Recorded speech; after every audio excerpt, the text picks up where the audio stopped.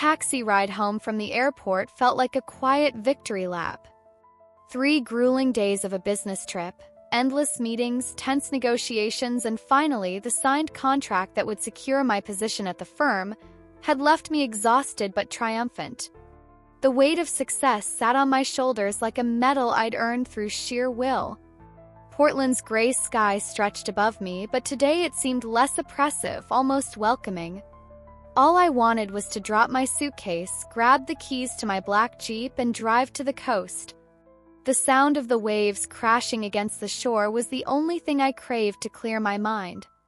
I paid the driver, stepped out onto the cracked pavement of our driveway, and froze. The garage door was half open, revealing an empty space where my Jeep should have been. My stomach twisted, a cold knot forming as I stared at the bare concrete floor. The faint oil stain from last month's tune-up was still there, mocking me, but my vehicle, was gone. I blinked, thinking maybe I'd gotten out at the wrong house, but no. The peeling paint on the mailbox, the overgrown rose bushes Mom refused to trim. This was home. Dina. My mother's voice drifted from inside, soft and hesitant, as if she'd been waiting for me to arrive. I dropped my suitcase by the front steps and pushed through the door, my boots clicking against the hardwood floor. The living room smelled of stale coffee and the lavender candles she burned obsessively. She stood by the kitchen counter, her thin frame hunched over a cutting board, slicing carrots with a rhythm that felt too deliberate. "Where's my car?" My voice came out sharper than I intended, cutting through the quiet hum of the house. She didn't look up, just kept chopping, the knife thudding against the wood. "Lars sold it," she said finally, her tone flat like she was reciting a grocery list. "While you were away." Lars. My stepfather. The name alone sent a shiver of irritation down my spine. I set my jaw, trying to process her words. "He sold my car?" Without asking me. She paused, her hands hovering over the carrots, then sighed. "It's done, Dina. We needed the money." I stepped closer, the air between us thickening with every word. Needed the money for what? That Jeep was mine. I paid for it, every cent. 3 years of overtime, Mom. You know that. From the corner of the room, a rustle of paper broke the tension. Lars unfolded himself from the armchair, his broad shoulders filling the space like he owned it. He held a crumpled newspaper in one hand, his graying beard catching the dim light from the window. "Don't make a scene, Dina," he said, his voice low and gravelly, the kind of tone he used when he wanted to sound reasonable but didn't care if you agreed. "The roof's leaking again. You weren't using it anyway, sitting there gathering dust while you were off playing corporate hotshot." Playing corporate hotshot? I wanted to laugh, but the sound caught in my throat, turning into something bitter. That Jeep wasn't just a car. It was my lifeline, my escape. The glove box held my emergency kit, a faded photo of Dad from before he passed, and the leather satchel where I kept my work laptop. My work laptop. A fresh wave of panic hit me. "Where's my stuff?" I demanded, turning back to Mom. She avoided my eyes, wiping her hands on a dish towel like she could scrub away the conversation. "In the garage, I think," she mumbled. "Lars handled it." I stormed past her, shoving the back door open and stepping into the damp chill of the garage. There, in a corner, was a cardboard box, soggy, half-collapsed, with my belongings spilling out. The satchel was there, unzipped, but the laptop was gone. So was the external hard drive with my backups. My chest tightened as I rifled through the mess, my fingers brushing against the cracked frame of Dad's photo. "Looking for something?" Lars's voice came from behind me, smug and unhurried. I spun around to find him leaning against the doorframe, arms crossed. "The guy who bought it, Jasper I think his name was, threw in an extra $200 for the electronics. Said they were worth something." "You sold my laptop?" My voice trembled, not from sadness but from a rage I hadn't known I could feel. That had my work on it, Lars. Client files. Contracts. Do you have any idea what you've done? He shrugged, a lazy roll of his shoulders. You'll figure it out. You're smart, aren't you? Besides, we're family. We all pitch in.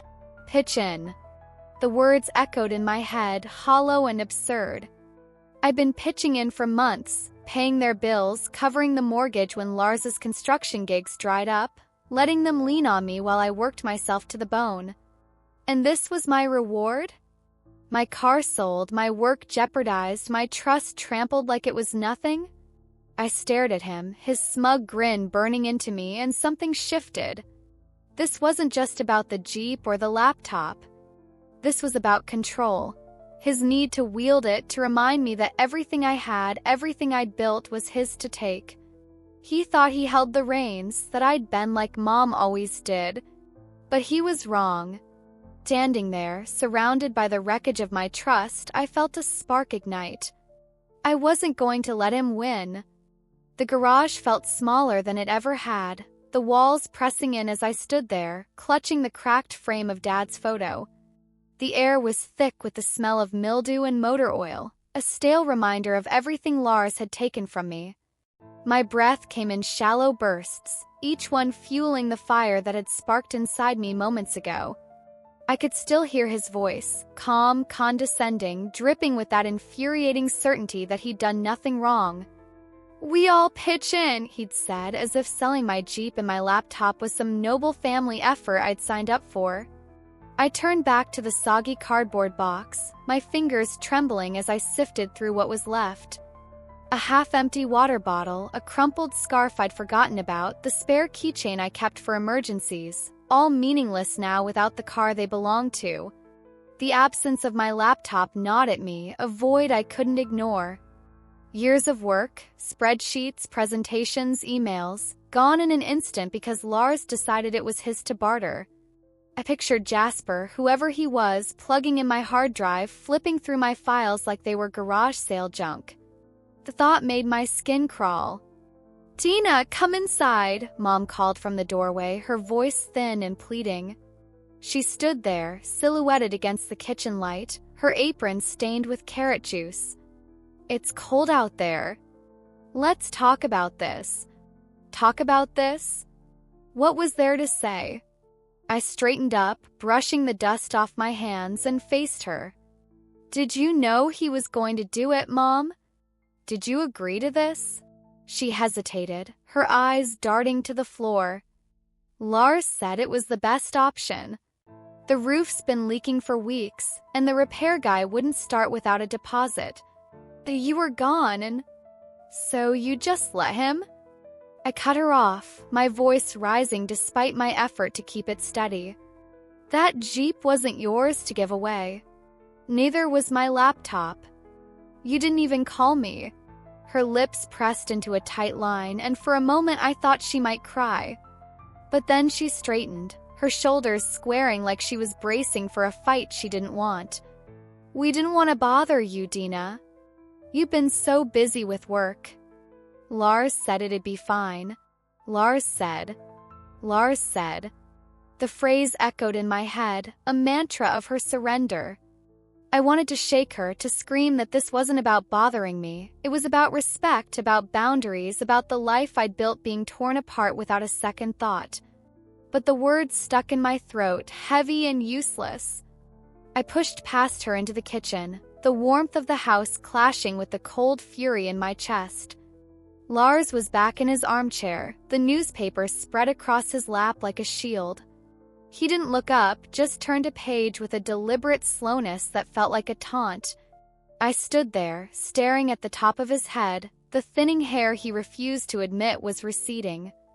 This was the man Mom had chosen 4 years ago, after Dad's death left her adrift. Back then, he'd seemed solid, confident, capable, a contractor with big dreams and a bigger smile. I'd flown in from Seattle for their small wedding, hoping he'd fill the void Dad left behind. How naive I'd been. Where's Jasper's number? I asked, my voice low but firm. The guy who bought my stuff. I need to get my laptop back. Lars snorted, finally glancing up at me. His hazel eyes glinted with something sharp, amusement maybe, or disdain. Don't have it. He paid cash, took the car, and left. Done deal. Done deal, I repeated, stepping closer. You sold my property, Lars. It's my work. Do you even realize what that means? I could lose my job over this. He leaned back, folding the newspaper with exaggerated care. You're overreacting. You've got backups, don't you? Smart girl like you? And if not, well, maybe it's a lesson in keeping your priorities straight. Family comes first. The hypocrisy hit me like a slap. Family comes first? I'd moved back here a year ago, leaving my apartment in Seattle empty to help them when Lars's business tanked. I paid their overdue electric bills, stocked their fridge, even set up automatic transfers from my account to theirs so they wouldn't lose the house. And this was family? Him sitting there, smug and untouchable, while I scrambled to pick up the pieces. I opened my mouth to argue, but the words dissolved into a bitter laugh. You don't get to lecture me about family, Lars. Not after this. He shrugged again, that infuriating roll of his shoulders. Suit yourself. But don't expect me to grovel. We needed the money and you weren't here. End of story. End of story. Like it was that simple. I turned away, my hands balling into fists at my sides. Kitchen counter gleamed under the fluorescent light. The carrots Mom had been slicing now abandoned in a messy pile. I could hear her behind me, shifting her weight, probably waiting for me to soften, to let it go like I always did. But not this time. I grabbed my phone from my coat pocket and scrolled through my contacts, my thumb hovering over my boss's name. I'd have to tell her about the laptop, the lost files, the mess I'd come home to. My stomach churned at the thought of explaining it. How do you admit your own family sabotaged you? But as I stood there, the silence stretching between us, something else took root. Clarity, cold and unyielding. This wasn't just about a car or a laptop. This was about power, Lars's need to wield it, Mom's willingness to let him, and my refusal to keep bending. I didn't dial yet. Instead, I looked back at Lars, meeting his gaze head-on. You think this is over, I said, my voice steady now. But it's not. Not even close. He smirked, like he didn't believe me. But he would. Soon enough, he'd see just how wrong he was. Kitchen felt like a battlefield after a ceasefire, quiet but heavy with the ghosts of what had just happened. I stood by the counter, my phone still clutched in my hand, the screen glowing with my boss's name, Elena Voss. I could already hear her clipped German accent, sharp with disappointment, asking how I'd let this happen. How I'd lost everything I'd worked for in one careless moment. Except it wasn't careless, and it wasn't me. It was them. Lars and Mom, sitting on opposite sides of this crumbling house, pretending they hadn't just gutted my life.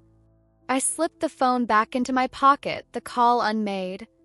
Not yet.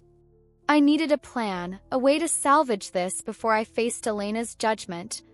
My eyes drifted to the pile of carrots Mom had left behind, their orange flesh stark against the chipped white countertop. She'd slipped back into the living room, her footsteps soft and retreating, like she could escape the mess she'd helped create. Lars stayed put, his armchair creaking as he shifted, the newspaper rustling again.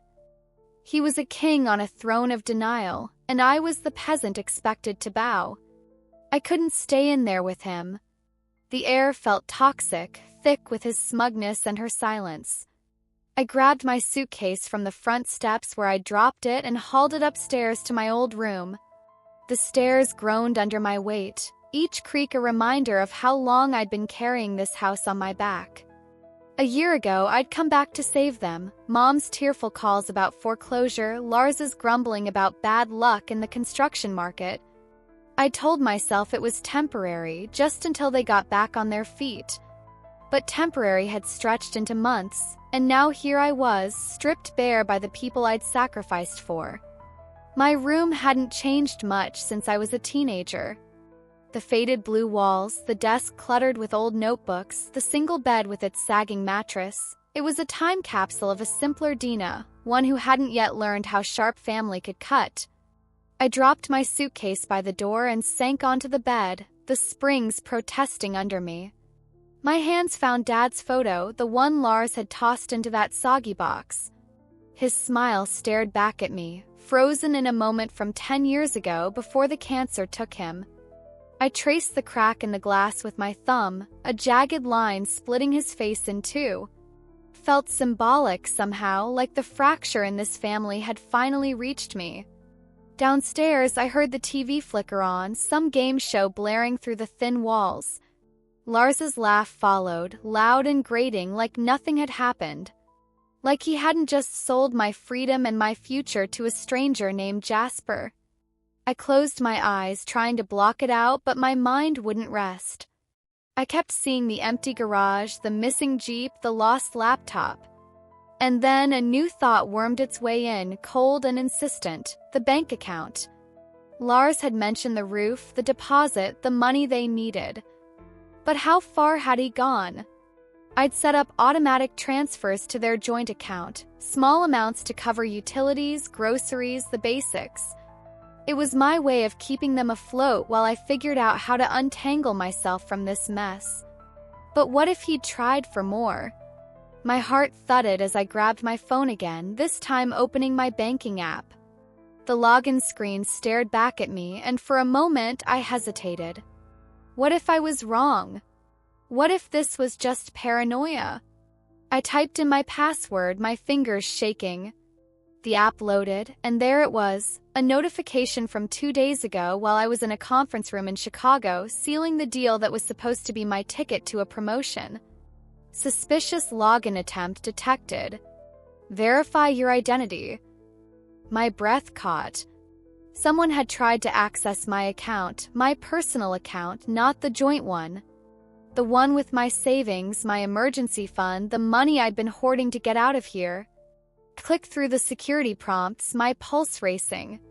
The IP address was local Portland. It wasn't a hacker halfway across the world. It was someone in this house. And I knew who. Lars didn't have the patience for tech, but he had the arrogance to think he could get away with it. Had he tried to log in from his ancient desktop in the den? Or maybe Mom's phone, the one she left lying around unlocked? Either way, the bank had flagged it, locked him out. But the fact that he'd tried, it was a violation deeper than the Jeep, sharper than the laptop. He'd gone for everything I had left. I set the phone down, my hands clammy. The room spun for a second, the blue walls blurring as I tried to steady myself. I'd given them so much, my time, my money, my stability, and they'd taken it all, then reached for more. Downstairs, the game show buzzed on, Mom's voice murmuring something I couldn't make out. They were carrying on like nothing had changed, like I was still the dutiful daughter who'd fix their problems and ask for nothing in return. But I wasn't that Dina anymore. I stood up, my legs shaky but resolute, and crossed to the desk. In the top drawer, buried under old pens and receipts, was a notebook I'd started months ago, a ledger of sorts. I jotted down every payment I'd made for them. $200 for the electric bill, $150 for groceries, $500 for the mortgage when Lars forgot to pay. It wasn't about keeping score, not then. It was about reminding myself I was helping, that it mattered. Now, though, it felt like evidence. A record of my sacrifices, laid out in black ink, while they'd been plotting to take more. I flipped to a blank page and grabbed a pen, my hands steady now. I wrote Jeep sold, laptop sold, bank account attempted access. The words stared back at me, stark and real. This wasn't just a betrayal. It was a theft of my trust, my effort, my autonomy. And I wasn't going to let it stand. TV droned on below, but I tuned it out. For the first time in months, I felt awake, really awake. Lars thought he'd won, that I'd crumble like Mom always did. But he didn't know me. Not yet. I closed the notebook, slid it back into the drawer, and made a promise to myself. I'd get it all back, my car, my work, my life. And when I did, they'd see what happened when you pushed me too far. The house was quiet now, the game show's canned laughter replaced by the low hum of the refrigerator. I sat on the edge of my bed, the notebook resting on my lap like a weapon I'd just sharpened. The weight of what I'd written, Jeep sold, laptop gone, bank account breached, settled into my bones, but it didn't crush me. Not anymore. Fueled me. For too long, I'd let guilt and duty chain me to this place, to them. But Lars had crossed a line, and Mom's silence had drawn it in the sand. This wasn't a home anymore. It was a battlefield, and I was done playing the martyr. I stood, my reflection catching in the smudged mirror above the desk. My dark hair was still pulled back from the flight, my eyes shadowed with exhaustion, but there was something new there too, a hardness, a glint I hadn't seen before. I looked like Dad in that moment, the way he'd set his jaw when he was determined to fix something, whether it was a leaky pipe or a bad day. I'd inherited that from him, even if I'd buried it under years of trying to please everyone else. Now it was clawing its way out.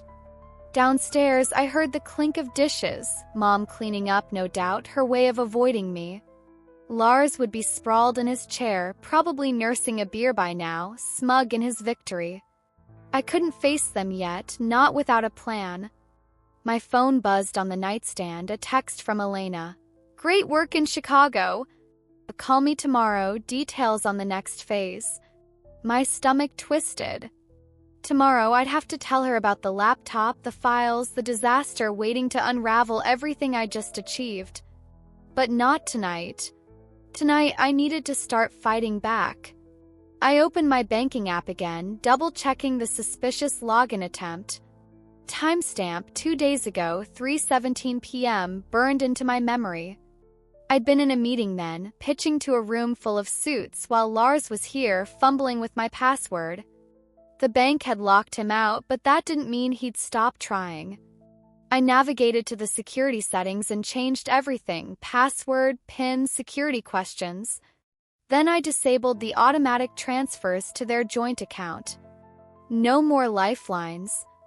If they wanted money, they'd have to ask for it, and I'd be the one saying no.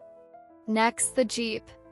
I didn't have Jasper's number, but Lars had let something slip. He'd paid cash. That meant a paper trail, maybe a receipt, a name, something I could track. Lars wasn't smart enough to cover his tracks completely. I crept downstairs, my socks silent against the hardwood.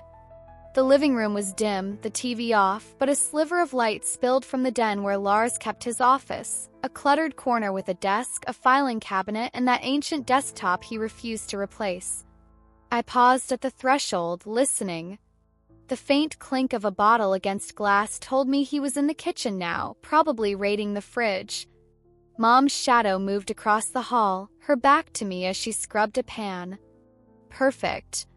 I slipped into the den, the musty smell of old paper and dust hitting me as I eased the door shut behind me.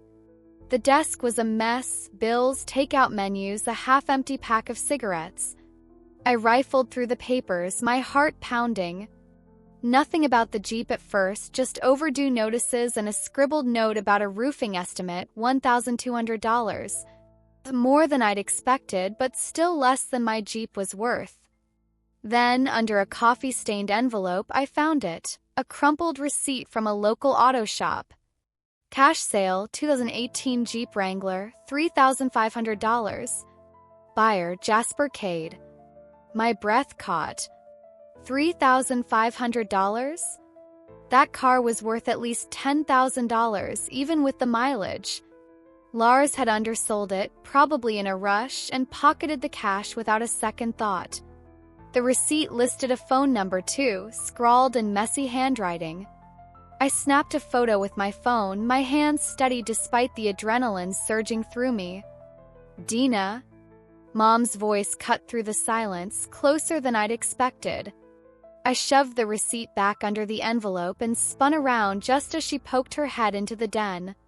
Her eyes widened, then narrowed, suspicion flickering across her face. "What are you doing in here?" "Looking for something," I said, keeping my tone even. "Why? Is that a problem?" She fidgeted with the dish towel in her hands, her gaze darting to the desk. "Lars doesn't like people touching his stuff. You know that." "Funny," I shot back, stepping closer. He didn't seem to mind touching mine. Her mouth opened, then closed like she'd run out of excuses. "Dina, please. Let's not make this worse. He's just trying to keep us afloat. By selling my car? By trying to break into my bank account?" The words spilled out before I could stop them, sharp and accusing. She flinched, her hands twisting the towel tighter. "He didn't," she started, but I cut her off. "Don't lie to me, Mom." I saw the alert. Someone tried to log in while I was gone, and it wasn't me. I held her gaze, daring her to deny it. She didn't. She just looked away, her shoulders slumping like they always did when she couldn't face the truth. "I didn't know about that," she whispered finally. "He said the car would be enough." Enough. The word hung between us, fragile and hollow. Enough for what? Patch a roof? To keep Lars's ego intact? I wanted to scream, to shake her until she saw how small she'd let him make her, make us. But all I said was, it wasn't. I brushed past her, heading back upstairs before Lars could stumble in and turn this into another showdown. My room felt safer now, a bunker where I could regroup. I sat at the desk, pulling up the photo of the receipt. Jasper Kade. A name, a number, a starting point. Tomorrow I'd call him, track down my Jeep, my laptop, whatever was left. And if Lars thought I'd let this go, he was about to learn how wrong he was. I opened the notebook again, adding a new line. Receipt found, Jasper Kade, $3,500. Below it I wrote, Step 1, take it back. Pen pressed hard into the paper, the ink bleeding slightly. It wasn't just about the car anymore. It was about me, my life, my power, my right to say no. And I was just getting started. Morning light filtered through the blinds, casting thin stripes across my bedroom floor. I'd barely slept, my mind churning with the receipt, Jasper Kade's name, and the cold realization of how far Lars was willing to go. The house was still, the kind of quiet that felt deceptive, like a storm holding its breath. I sat at my desk, the notebook open in front of me, Jasper's number glowing on my phone screen. My thumb hovered over the call button, a mix of dread and determination twisting in my gut. This was it, my first move. No more waiting for them to fix what they'd broken. I pressed the button and held the phone to my ear, the ringing sharp against the silence. One ring, 2, 3, then a click. "Yeah," a gruff voice answered, heavy with the rasp of someone who smoked too much. "Is this Jasper Kade?" I asked, keeping my tone steady despite the way my pulse kicked up. "Who's this?" he shot back, suspicious but not hostile. Yet. "My name's Dina. You bought a Jeep from a guy named Lars a couple days ago. Black Wrangler, 2018. Cash deal." Pause, then a low chuckle. "Oh, that. Yeah, I picked it up. What's it to you?" "It's mine," I said, the words coming out harder than I'd planned. He didn't have the right to sell it. I was out of town, and he took it without asking. Another pause, longer this time. I could hear him shifting, maybe sitting up straighter. "That's a hell of a story, lady." Lars said it was his to move. Had the title and everything. The title. My stomach dropped. I'd left it in the glove box, a habit from years of keeping everything correlated in one place. Lars must have found it, used it to make the sale look legit. "He lied," I said, my voice tight. "That car is in my name. I paid for it. And my laptop was in there too. Did you take that?" Laptop? Jasper snorted. Yeah, it was in a bag. Gave the guy an extra $200 for it. Seemed like a fair deal. Fair deal. The phrase burned, but I swallowed the anger. I need it back, Jasper. All of it, the Jeep, the laptop, everything. I don't care what he told you. It wasn't his to sell. He let out a long breath, the sound crackling through the line. Look, I paid good money, $3,000 plus change. I'm not in the business of handing stuff back, 'cause someone's got seller's remorse. It's not remorse, I snapped. It's theft. And if you don't work with me, I'll get the police involved. It's your call. The threat hung there, bold and untested. I wasn't even sure I'd follow through.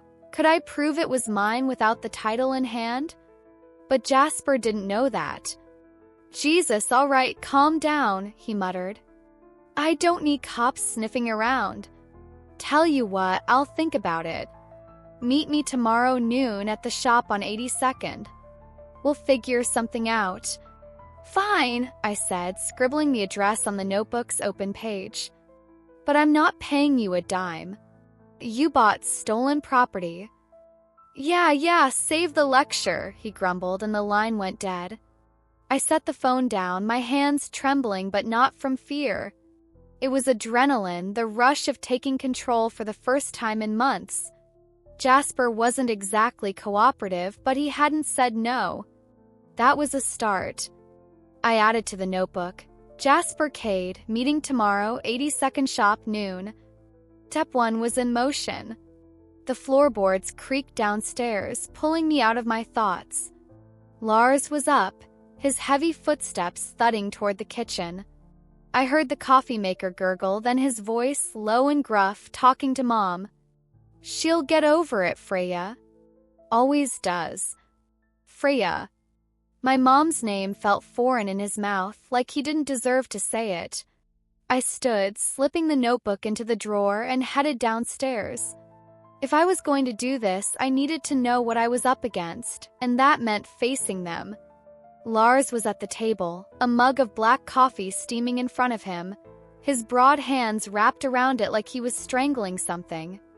Mom hovered by the sink, her back to me, washing dishes that didn't need washing. The air was thick with unspoken words, and I broke it without hesitation. I talked to Jasper, I said, leaning against the doorway. Lars's head snapped up, his eyes narrowing. Mom froze, a plate slipping from her hands into the soapy water with a soft splash. What the hell are you on about? Lars growled, setting the mug down hard enough to slosh coffee onto the table.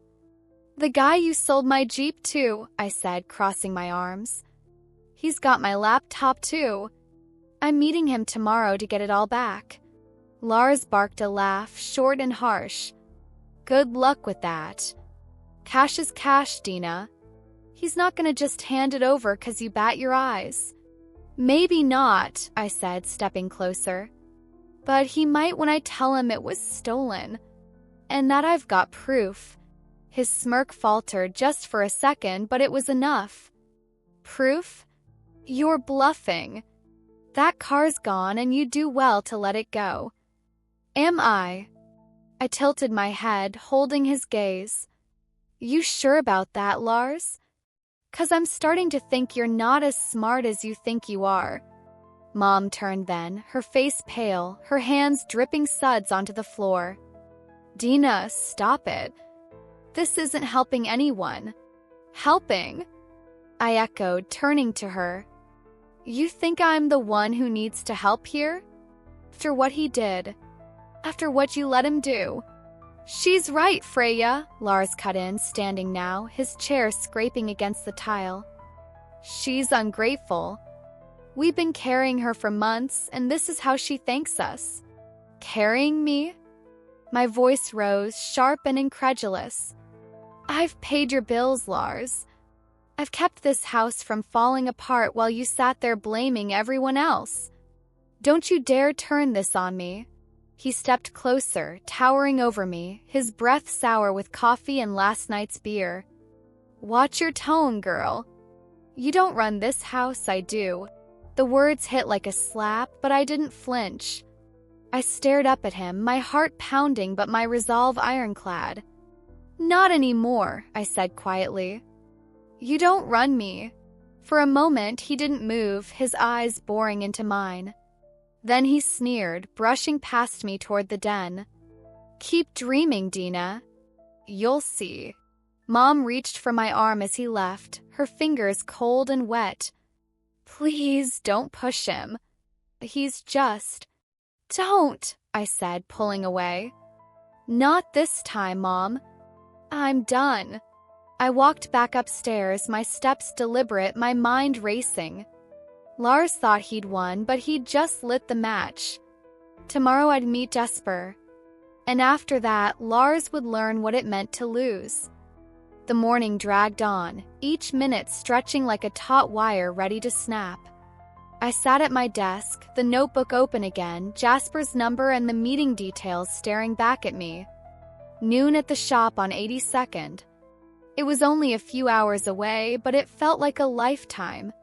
My room was a cocoon of quiet, the muffled sounds of the house below filtering through the floor. Mom's soft humming, the clatter of a spoon against a bowl, Lars's occasional cough from the den. They were going about their day like nothing had changed, like I hadn't just declared war in their kitchen. I leaned back in the chair, rubbing my temples. My head ached from lack of sleep, but my mind wouldn't stop spinning. I kept replaying last night, the receipt, the call to Jasper, the way Lars's face had twisted when I'd called his bluff. He thought I was bluffing, that I'd back down like I always had. And why wouldn't he? For months, I'd let him walk all over me, swallowing my frustration because I didn't want to hurt Mom. 'Cause I thought family meant sacrifice, even when it left me hollow. I opened the notebook to the earlier pages, the ledger I'd started when I moved back. The numbers blurred together, $300 for the water bill, $450 for the mortgage, $80 for groceries that Lars ate most of. Line after line of my life poured into this house to keep it standing. I told myself it was temporary, that I was helping Mom through a rough patch after Lars's business collapsed. But it wasn't just a rough patch, it was a sinkhole, and I'd been the one sinking. 4 years ago, when Mom married Lars, I'd been hopeful. I was 28, living in Seattle, climbing the ladder at a financial firm. I'd flown in for their wedding, a small ceremony in the backyard with folding chairs and a store-bought cake. Lars had seemed steady then, broad-shouldered, charming, full of plans to expand his contracting business. Mom had glowed, her loneliness finally easing after Dad's death. I'd wanted that for her so badly that I'd ignored the cracks. The way Lars talked over her, the way he'd brushed off my questions about his finances. I told myself it wasn't my place to judge. But the cracks grew. His business faltered, clients bailed, permits lapsed, debts piled up. He blamed the economy, the weather, anything but himself. Then came the drinking, the late nights, the calls from collection agencies that Mom tried to hide. A year ago, when my firm offered a transfer to Portland, I took it, thinking I could help. When the bank threatened foreclosure, I moved in, promising myself it'd be a month, maybe 2. I'd fix their budget, get Lars a steady job, set them straight. Instead, I'd become their crutch, and they'd learn to lean harder. I closed the notebook, the weight of it pressing against my chest. Downstairs, the front door creaked open, then shut, Lars heading out, probably to the bar or some half-baked job lead. I waited until his truck rumbled away before going down. Mom was in the living room now, folding laundry on the couch, her movements slow and mechanical. She didn't look up as I approached, but her hands faltered, a towel slipping to the floor. "I'm meeting Jasper today," I said, breaking the silence. "The guy who has my Jeep." She nodded, still focused on the laundry. "I heard you last night. With Lars." "Then you know I'm not letting this go," I said, sitting across from her on the armchair. "He stole from me, Mom. And you let him." Her head snapped up, her eyes wide and watery. I didn't let him, Dina. I didn't know about the bank, I mean. The car, yes, but not that. But you didn't stop him, I pressed, leaning forward. You knew about the Jeep and you said nothing. Why? She fumbled with the towel, her fingers trembling. He said it was the only way. The roof's worse than we thought. Mold in the attic, thousands to fix. He was desperate. Desperate. I laughed, the sound bitter. He's been desperate for years, Mom. And I've been the one bailing you out. Not him. I know, she whispered, her voice breaking. I know what you've done for us. But he's my husband, Dina. I have to stand by him. Even when he's wrong? I shot back. Even when he's dragging us both down? She didn't answer, just stared at the pile of clothes like it held the solution. I wanted to reach across the space between us, to pull her out of this fog she'd let Lars wrap around her. But she was too far gone, tethered to him by a loyalty I couldn't understand. I'm not you, I said finally, standing. I'm not going to let him ruin me just to save face. Dina, wait, she started, but I was already heading for the door. I grabbed my coat and keys, the spare set for a car I didn't have anymore, and stepped outside. The air was crisp, the sky a flat gray that matched my mood. I'd have to take the bus to 82nd, a humiliating reminder of what Lars had taken, but it didn't matter. I'd walk if I had to. On the bus, I stared out the window, the city blurring past in streaks of concrete and glass.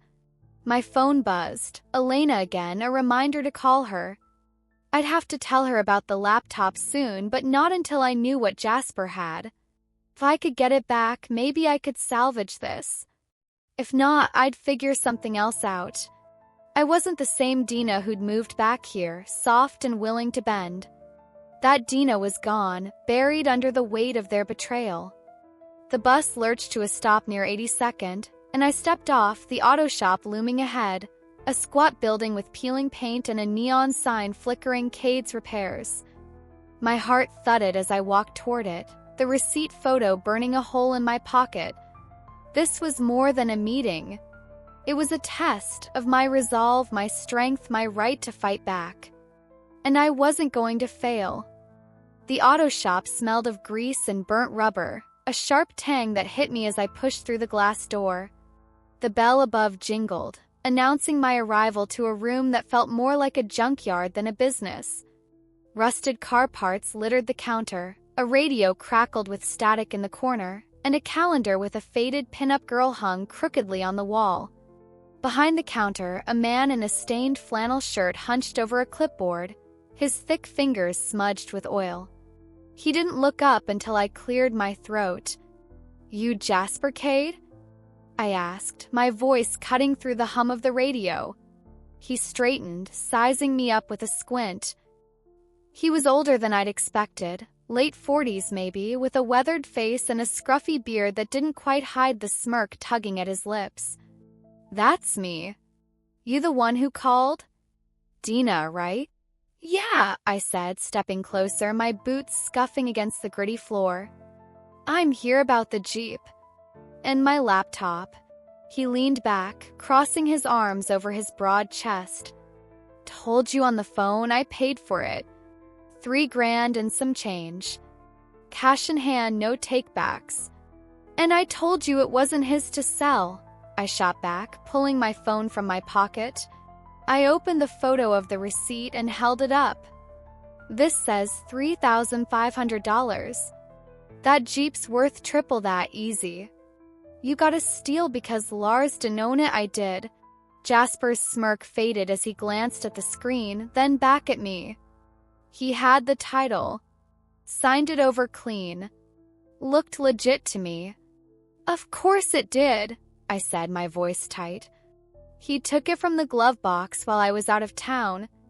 That doesn't make it his. He scratched his beard, his eyes narrowing. You got proof it's yours? Registration, something with your name? I hesitated, the question hitting a nerve. The The registration was in the Jeep too, tucked in the same folder as the title. Lars had everything he needed to pull this off, and I'd been too trusting to see it coming. "I've got bank statements," I said finally. "Payments I made for 3 years. And I can get a copy from the DMV if I have to. But let's cut the crap, Jasper. You knew something was off. $3,500 for a Wrangler? You're not that stupid." He chuckled, a low, gravelly sound that grated on my nerves. "Fair point." Guy seemed eager to unload it. Said he needed the cash fast, roof trouble or some sob story. Didn't ask too many questions. "That's your mistake," I said, stepping closer to the counter. "And mine's in there too, the laptop. Black satchel, silver MacBook. You still have it?" He nodded, jerking his thumb toward a back room. "Yeah, it's in the office. Haven't touched it, don't care for fancy tech. Figured I'd sell it later." Relief flickered through me, but I kept my face hard. "Good. I want it back. And the Jeep." Jasper leaned forward, resting his elbows on the counter, his smirk returning. "You're a tough one, huh? Look, I'm not a charity. I paid for that stuff. You want it, we're talking money, or you can take your chances with the cops. It's your call." I clenched my fists, the urge to scream bubbling up. But I forced it down, keeping my voice steady. "You think I won't? I've got nothing to lose here, Jasper. Lars stole from me, and you're holding the evidence.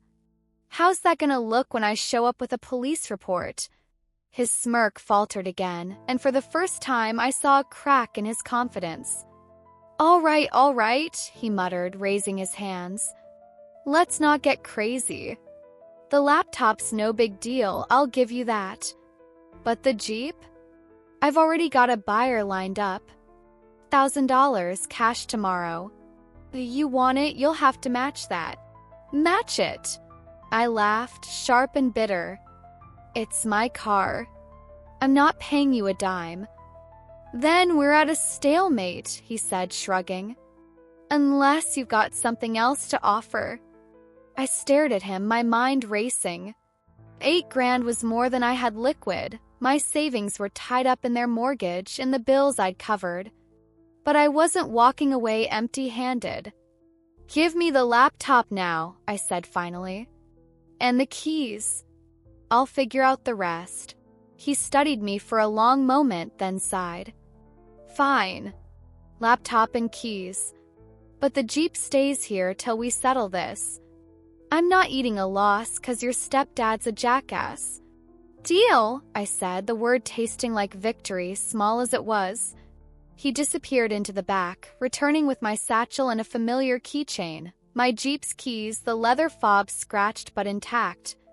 I took them, the weight in my hand grounding me. The laptop was still inside, cold to the touch, and I powered it on, holding my breath. The login screen flared to life. My files were still there. For the first time in days, I felt a spark of hope. "Where's the Jeep?" I asked, slinging the satchel over my shoulder. "Out back," he said, nodding toward a side door. "Take a look if you want. But it's not leaving till we're square." I followed him outside, the gravel crunching under my boots. There it was, my black Wrangler, parked between a rusted pickup and a dented sedan.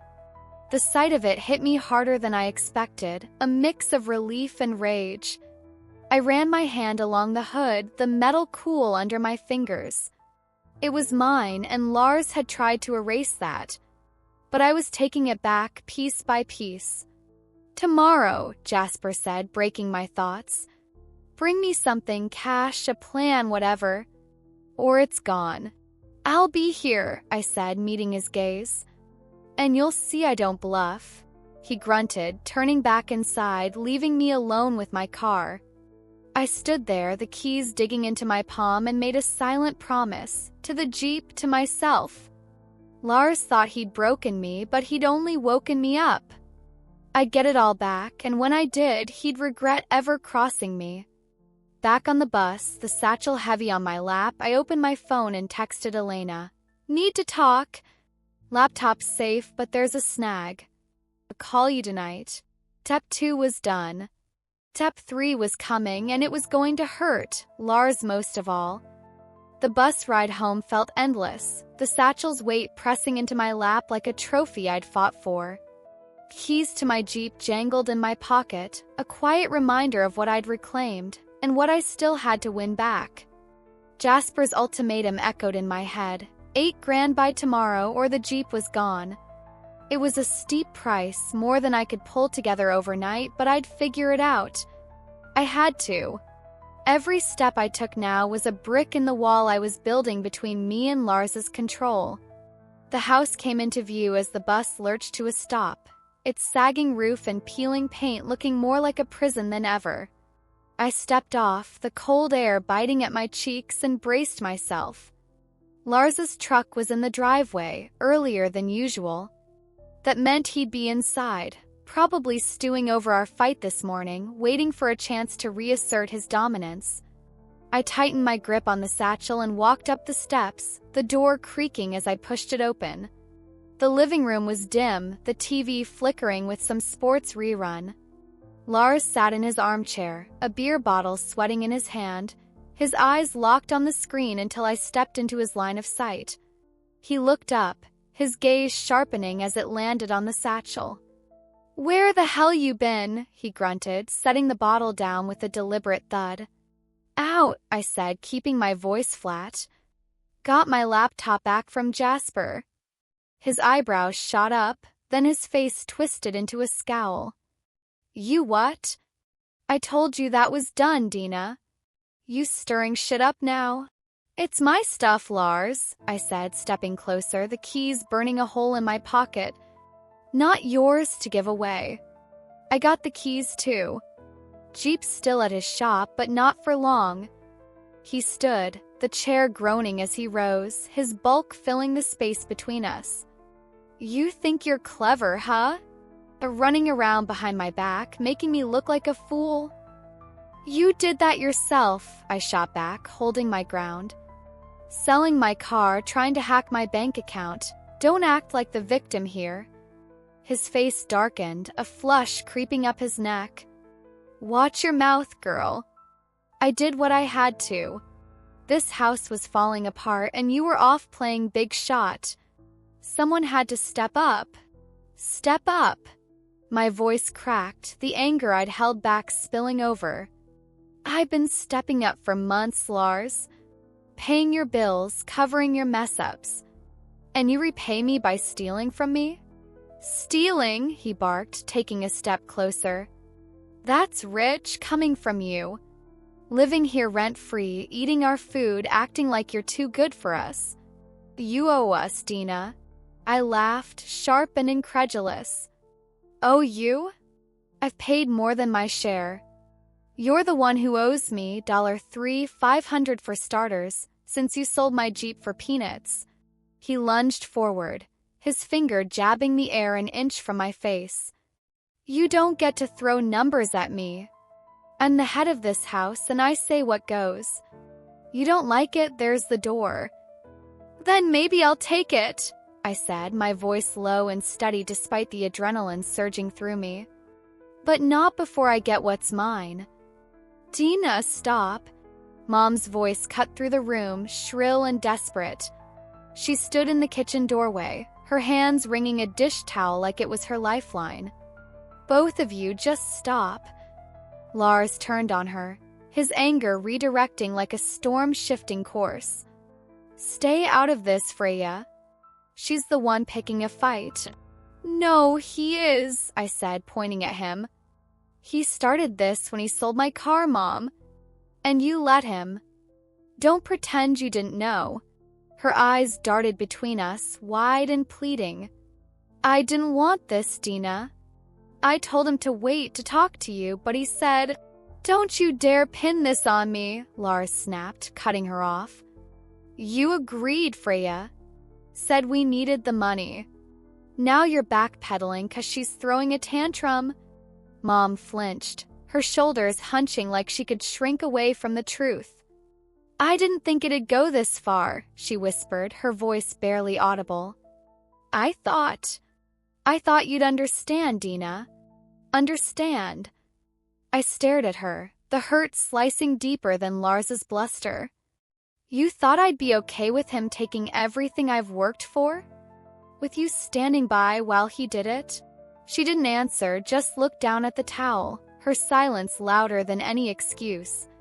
Lars smirked, sensing her retreat. See? She gets it.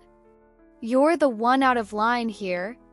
No, I said, turning back to him, my resolve hardening. You're the one who's done.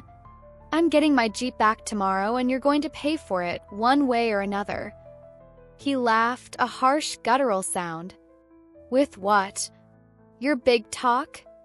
You've got nothing, Dina. Nothing but that fancy job you're so proud of.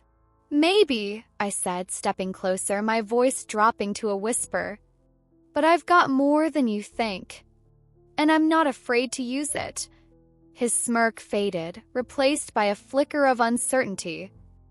He didn't know what I meant. Hell, I wasn't even sure myself yet, but it was enough to plant a seed of doubt. I turned and headed upstairs, the satchel bouncing against my hip, leaving him fuming and Mom silent in my wake. In my room, I locked the door and sank onto the bed, my heart pounding. The laptop hummed as I powered it on, Elena's text still unanswered. I'd call her tonight, explain everything, beg for time to fix this. But first, I opened the notebook, adding a new line. Laptop and keys retrieved. Jeep $8000 by tomorrow. Below it, I wrote, Lars, payback starts now. I didn't have the money yet, but I had something better. Anger, focus, a line in the sand. Lars thought he'd broken me, but he'd only made me stronger. Tomorrow I'd face Jasper. After that, Lars would see what happened when you pushed me too far. Clock on my nightstand glowed 7:14 a.m., its red digits a quiet taunt. Less than 5 hours until I had to meet Jasper, and I was still $8,000 short. I sat cross-legged on the bed, the laptop warm against my thighs, my bank account open on the screen. My savings stared back at me, $4,200 whittled down by months of propping up this house. The rest was tied up in their mortgage and the bills I'd paid to keep the lights on. I'd been a fool, pouring my money into a sinking ship, and now I was scrambling to bail myself out.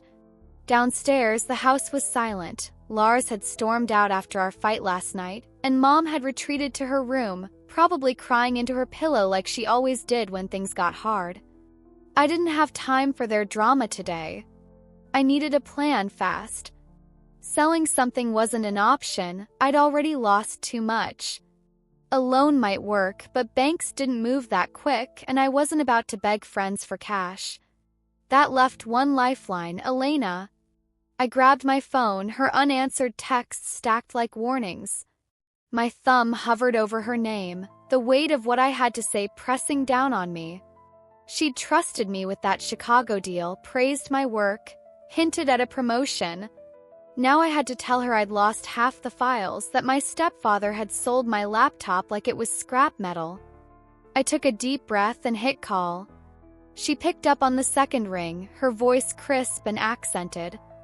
Dina, good. I was starting to think you'd gone dark on me. Sorry, Elena, I said, forcing a steadiness I didn't feel. Things got complicated. I need to talk to you about the laptop.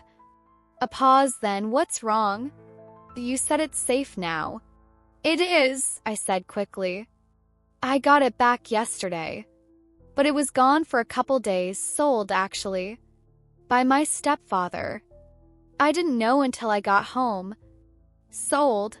Her tone sharpened, the way it did when a client tried to back out of a deal. Explain. I swallowed, the words tumbling out, Lars, the Jeep, the bank attempt, Jasper. I kept it short, factual, leaving out the raw ache of betrayal. When I finished, the line was quiet and I braced myself for the fallout. That's a mess, she said finally, her voice softer but still edged. The files, client data, contracts, are they secure? Yes, I said, relief flooding me. I checked last night. Nothing's missing, nothing's compromised. I've got it locked down now. Good, she said. That's the priority. But Dina, this can't happen again. You're too good for this kind of chaos. I know, I said, my throat tight.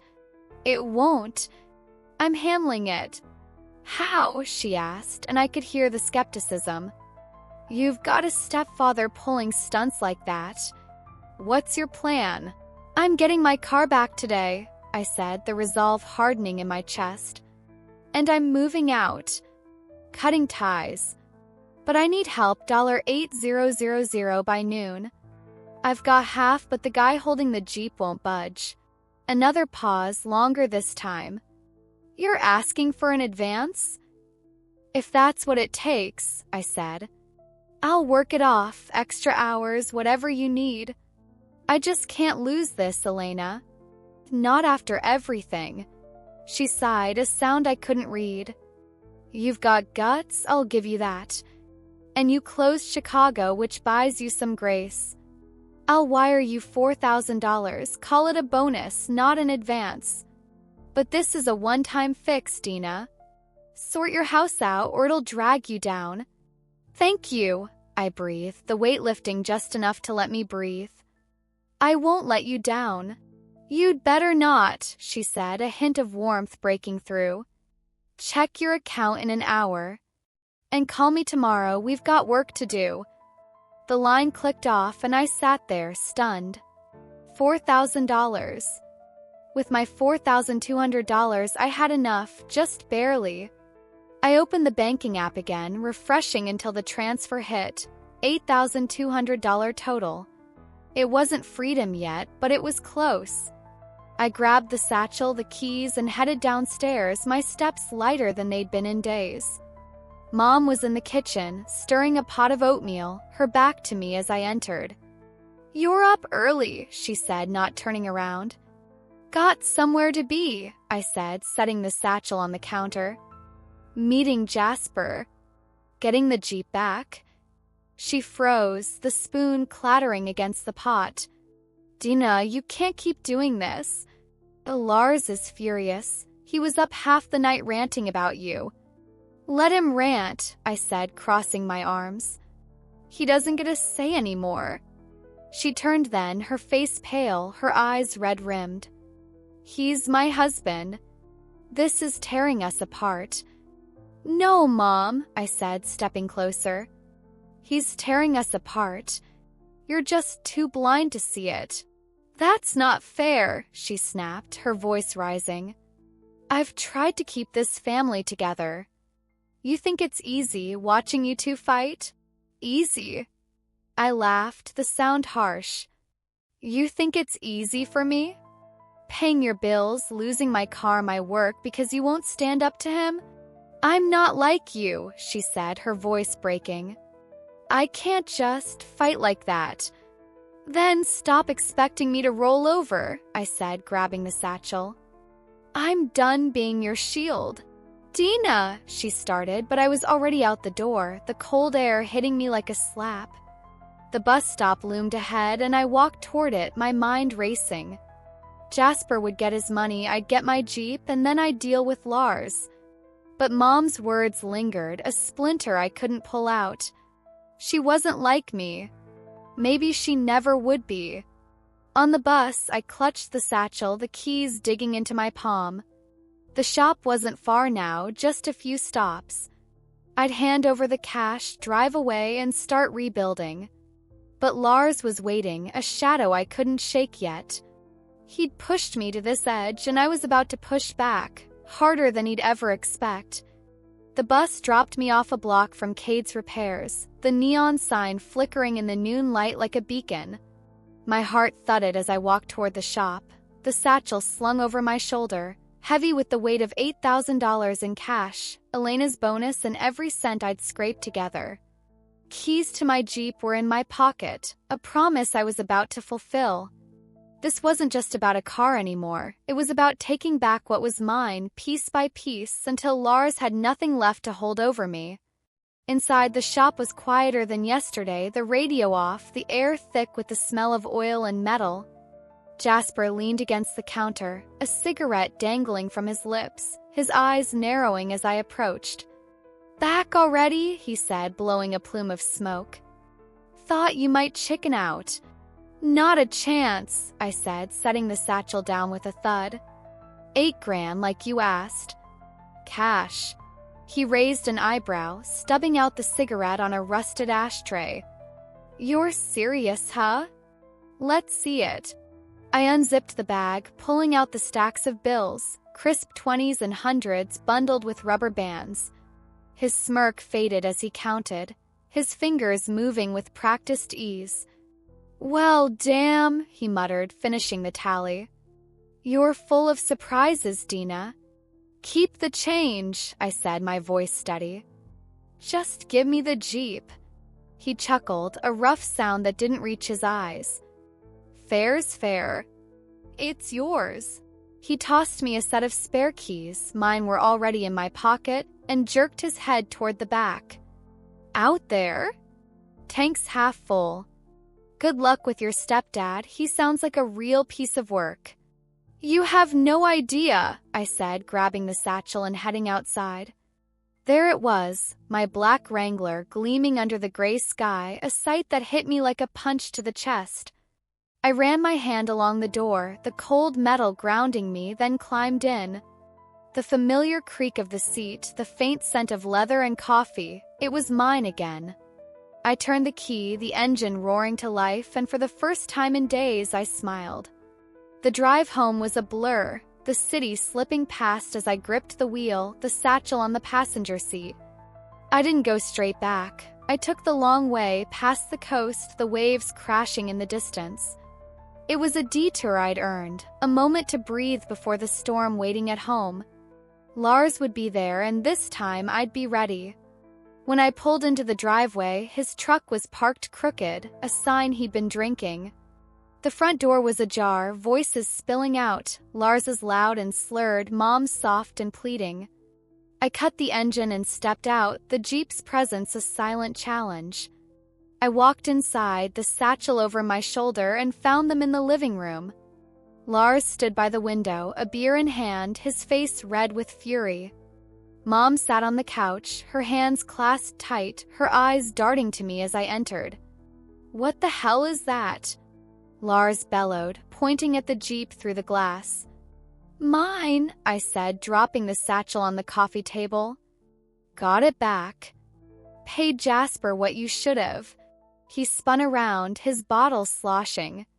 "You little, how'd you pull that off?